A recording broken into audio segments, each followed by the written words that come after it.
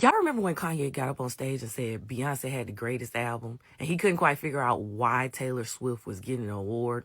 Well, I agreed with that sentiment back then, but I agree with it more now than ever. And this is really no shade to Taylor. This is all a system that was created long before she ever got here. Now, I'm not a part of the Beehive. You won't see me posting anything else about Beyonce. But when I see something, I feel like I have to say something. And in this moment, I can understand why Kanye got up on that stage that day. Beyonce has won more Grammys than any other artist, but she's never won Album of the Year. She has the top-selling country album right now, but the CMAs wouldn't even give her a nomination. Beyonce is one of the greatest examples of a black person having to work 10 times harder to get what a white person is just given for being white. If Taylor Swift were black, would she be as famous as she is? If Justin Bieber were black? Hell, if Eminem were black? How much harder would these people have had to work if they were black to get the same accolades they are given because they're white? And this ain't nothing new.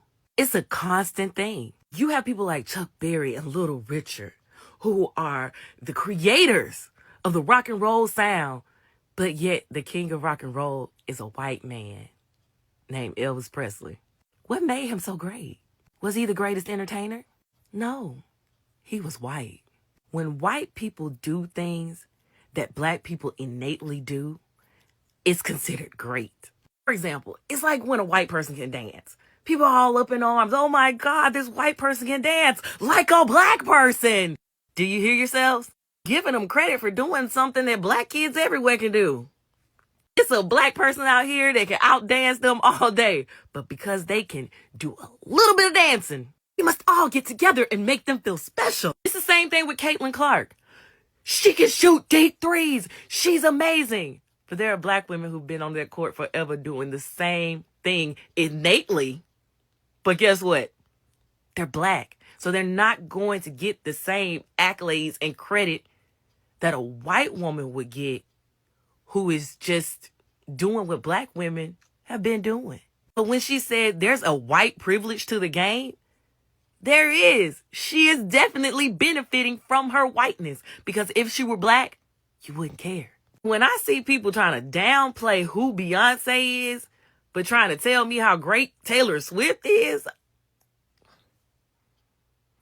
stop it. I have literally watched in the year of 2024, 2 black women who are overachievers get pushed to the back of the line, all because they're black women.